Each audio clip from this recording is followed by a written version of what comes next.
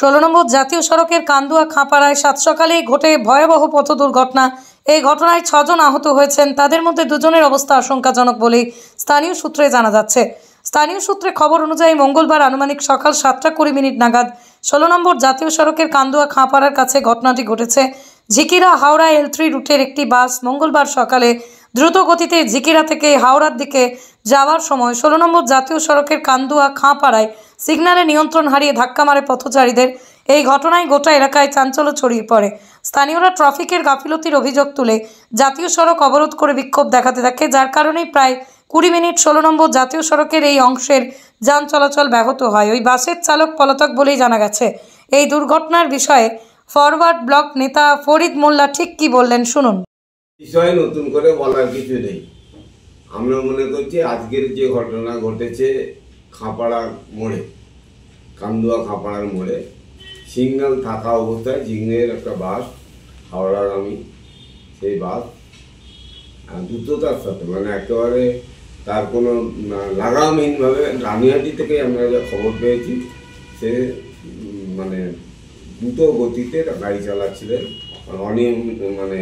নিয়ম বহির্ভূতভাবে, এবং সিগন্যাল পড়া অবস্থাতেই গিয়ে কিন্তু যখন লোক পারাপার করছে তখন এটা অ্যাক্সিডেন্টটা হয়েছে। বাইকে ছিল যারা প্রথমে 2 জন তারা উন্ডেট হয়, পরবর্তীকালে আরও 4 জন, মোট 6 জন উন্ডেট হয়েছে। এবং ঠিক 7টা 20 মিনিটে এই ঘটনা ঘটেছে। তার আগে 7টার সময় একটা বাচ্চা ছেলে, সে স্কুলে 5 পড়তে যাচ্ছিল সম্ভবত, স্কুল ছাত্র, সে অ্যাক্সিডেন্ট হয়েছে। সেই অ্যাক্সিডেন্ট সে সাইকেল ছিটকে ফেলে দিয়ে তাকে দূরে ফেলে দিয়েছে, সে আহত হয়েছে। সমস্ত আহত মানুষগুলোকে ফার্স্ট এড করার জন্যে আপনার গাববেড়িয়া স্টেট জেনারেল হাসপাতালে গেছে, এবং 2 জনের অবস্থা আমি যা জেনেছি আমরা যে খুবই মৃত্যুর সঙ্গে তারা লড়াই করছে। যেটা হচ্ছে একেবারে ন্যাশনাল হাইওয়ে কর্তৃপক্ষের উদাসীনতা এবং গাফলতির একটা চরম পর্যায়ে। কারণ আপনারা দেখছেন দীর্ঘদিন ধরে সার্ভিস রোডগুলো, যেখানে আপনার কিছুটা হয়েছে 200 ফুটের মতো 400 ফুটের মতো ফেলে রেখেছে, এই সার্ভিস রোডগুলো যদি ঠিকভাবে মুভমেন্ট জুড়ে দেওয়া যেত তাহলে একটা মসৃণভাবে মানুষের যাতায়াত করার ক্ষেত্রে একটা পরিষ্কার চিত্র থাকতো।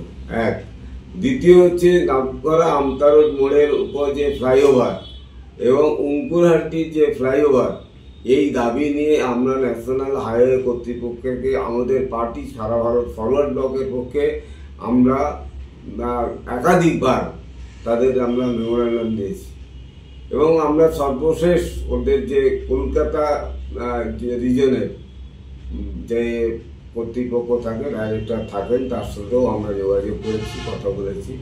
কিন্তু আমরা দেখছি এরা এভাবেই চালাবেন।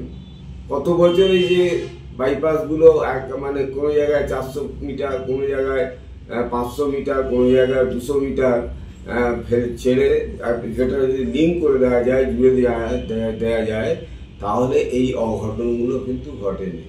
এবং সিগন্যালের যে প্রসেস, সে প্রসেসগুলো জনবহুল জায়গাগুলোকে আরও গুরুত্ব দেওয়া পুলিশের দরকার।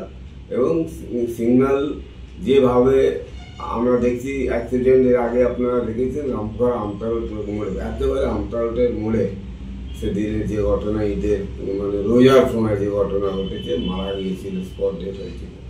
এরকম প্রতিনিয়ত ঘটনা ঘটছে। এবং আমতা হাওড়া স্টেট হাইওয়ে একেবারে বেলতলা পর্যন্ত এদিকে জাম হয়ে যাচ্ছে।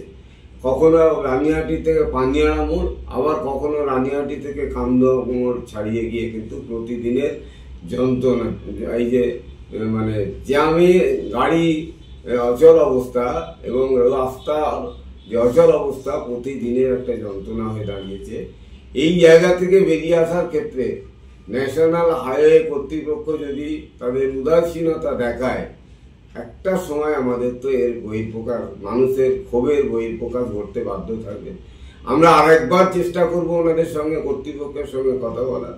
এবং আমরা জেনেছি যে আমাদের এই কলকাতা টু কোলাঘাট এই জোনের আমাদের চেয়ারম্যান হচ্ছেন এখানকার এই রাজ্যের পূর্ত দপ্তরের যিনি মন্ত্রী, মাননীয় পুলক রায়।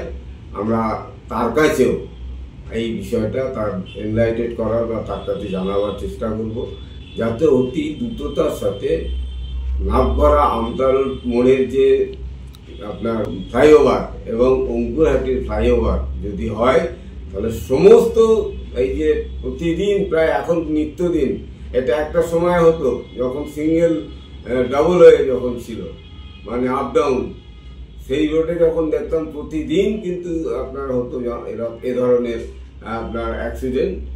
এখন ইদানিংকালে নাভগড়া আমতা রোডকে কেন্দ্র করে তার আশপাশে এদিকে স্টেট হাইওয়ের উপর আপনি যেতে পারবেন না এইরকম সময়। এখন এই যন্ত্রণা প্রতিদিনের যন্ত্রণা।